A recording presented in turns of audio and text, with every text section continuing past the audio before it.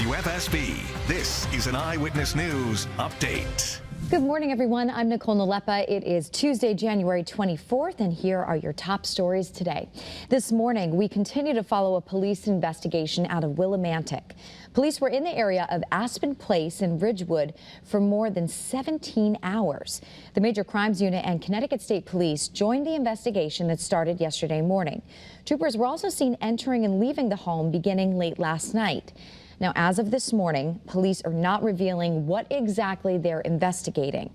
But be sure to stay with us on air and online for more updates.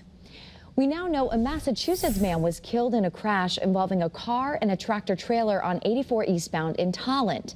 Now, this incident happened yesterday afternoon right between exits 68 and 69. Police are asking anyone who may have witnessed the crash or may have dash camera footage to contact them right away. And Whaley Avenue in New Haven is once again the center of a deadly crash investigation. We learned that a woman was struck and killed by a car as she was trying to cross the road right near Sherman Avenue. Police have not identified the victim, but they tell us that the driver is cooperating with investigators. And if you remember, just over 2 months ago, Shanice Reyes was hit and killed while crossing that same road. Police in Meriden are investigating 2 separate ATM robberies. And our Pinpoint News Tracker shows us where the first crime took place. It happened on Friday at the Bank of America on East Main Street. The second robbery went down right outside the Wells Fargo Bank on Centennial Avenue on Saturday. Investigators tell us the people who committed the first robbery were last seen in a stolen Toyota Corolla, and they are still on the run this morning. However, they did make an arrest in connection to the second robbery, which we are awaiting more information on. And investigators in Enfield are trying to track down the criminal who pulled off a bank robbery at the M&T branch right on Enfield Street. Police say a man entered the bank and demanded money from the tellers, and seconds later, he ran away with an undetermined amount of cash. Police are still searching for the bank robber this morning. Also, police in East Hartford are investigating a major string of catalytic converter thefts. Police say that those parts were stolen early yesterday morning at 2 different school bus lots. Investigators say that thieves swapped more than 30 catalytic converters from Autumn Transportation on Oakland Avenue and First Student on Alna Lane. The companies are now increasing security to hopefully prevent these crimes from happening again. And the repairs will likely cost tens of thousands of dollars. Governor Ned Lamont is asking legislators to pass tougher gun laws during this session. The governor laid out some of his plans yesterday in Waterbury. Now, he is proposing an open carry ban as well as a limit on handgun purchases to 1 per month. The shootings are up. They're up across the country. They're up in our state. And we're never going to have our cities be all that they can be if people don't feel safe. Another proposal would require that ghost guns must be registered no matter how old they are. And the Connecticut Citizens Defense League criticized these plans of the governor's, writing in part, quote, if the governor was serious about finding real solutions to the state's violent crime spike, he would invite us to the table.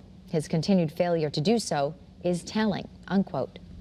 A new plan has been introduced to address the shortage of healthcare workers here in Connecticut. Critics say the issue is putting the safety of patients and employees in jeopardy. Lawmakers plan to propose a bill to address the issue of low staffing levels. And this proposal would set patient limits to help ease the burden on doctors and nurses in crowded hospitals. Car owners in Connecticut may get some major financial relief, all thanks to a proposal to cut taxes on vehicles. The plan would eliminate a town mill rate and replace it with a one-time bi-yearly administrative cost. Now, if this is passed, the state government, that is, would then have to reimburse the municipalities. The bill is going to the Finance Committee for discussion and review, and a public hearing could be held. Now, speaking of taxes, the tax season is now officially underway, and the IRS is warning people to be aware of scams this time of the year. They say that these attacks are becoming increasingly sophisticated, but there are some steps that you can take to help protect you and your loved ones. Officials from the IRS say that you should choose your tax preparer wisely. Someone you can trust who has an IRS preparer tax identification number is best. The IRS will not call you threatening any legal action. And never respond to links in texts, emails or online, that is, online posts claiming to be the IRS. And always protect your personal and financial information. All right, Scott, you are now up. All right, thanks, Nicole. We are taking a look at an early warning weather alert for tomorrow. Unfortunately, tomorrow's not looking too good. It's going to be another messy day with it. It's an afternoon storm as opposed to a morning storm. So it's going to start off as snow and then change over to rain, kind of like the opposite of this yesterday's storm where it started off as rain and changed over to snow. So we're expecting slick roads tomorrow for the evening commute, low visibility, 1 to 3 inches. Could be some higher amounts in northern Connecticut, coating to an inch along the shoreline.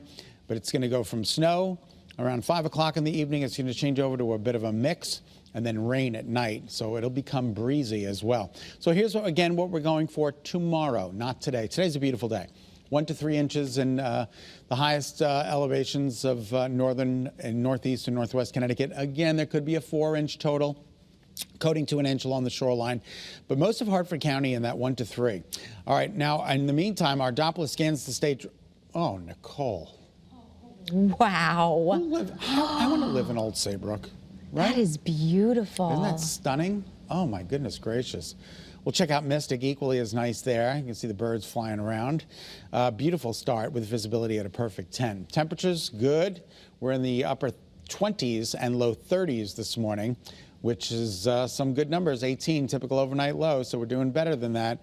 You've got 29 in Salisbury, 30 in Torrington, Waterbury, Putnam, Chester. So the numbers are about 12 degrees above average out there. We are down from yesterday, 2 to 6 degrees, but there is a bit of a breeze, 3 to 10 miles, 12 miles an hour sustained. So it does feel a little bit cooler, and it's going to feel a little bit cooler than the actual temperatures today with that breeze. Satellite radar confirms just enough cloud coverage out there to make for a beautiful start, but basically dry through the day today, through the morning tomorrow, and then tomorrow late morning and early afternoon, and that's when we turn the tables. All right, so here's early morning futurecast through 3 p.m. We're good. 7 p.m. we're good. Midnight tonight we're good. Tomorrow morning we're good. And then right around, let's say 9, 10 o'clock tomorrow morning, the snow starts moving in, and it canvasses the state between 2 and 4 and 5. This is 5 p.m.